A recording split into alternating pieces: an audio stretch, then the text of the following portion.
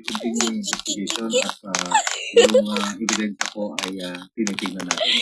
So that's why maybe it can lead to terrorism or violation of the Anti-Terrorism Act.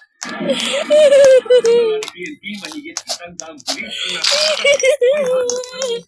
ang na-admit sa ospital at magiging pinahultugan.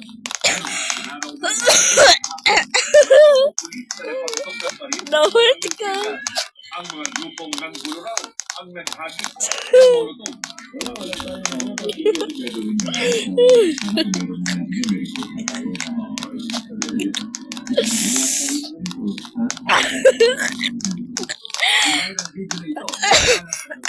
Ang NPD ang inaalam kung may kinalaman ito sa gulo o wala. Sa ibang viral video na ilang beses nang na-share sa social media, ang nadapa agad may video din na nakahandusay ang isang lalaki at tila wala ng buhay. Ibinagita namin ang mga videong ito sa Manila Police District. Mali. Kung totoo ang sinasabi Saan ng ka mga na? pero hanggang ngayon, sa report ng PNP na may pulis o marine o may nangisang napatay ng mga pulis.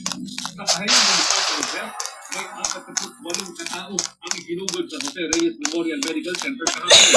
Isang patay dahil daw nasaksak. Inaalam ng MPD kung talagang may kinalaman sa kaguluhan. Where the hell is that lapis lazuli, guys? May lahat na mga impormasyon kaugnay ng mga posibleng audio o nagpondo umano dito sa mga nagrally ay iimbestigahan daw ng PNP at kapag may sapat na ebidensya ay tiyak na pananagutin. Mel. Maraming salamat sa iyo, Chino Gaston. Sa ibang balita, maghapong naramdaman ang bagsik ng Super Typhoon Nando sa probinsya ng Cagayan kung saan ito naglandfall kaninang hapon. Ang malakas na hangin at ulan hindi lang sumira ng bubong ng maraming bahay, magpabuwal din ng mga puno at supply ng kuryente.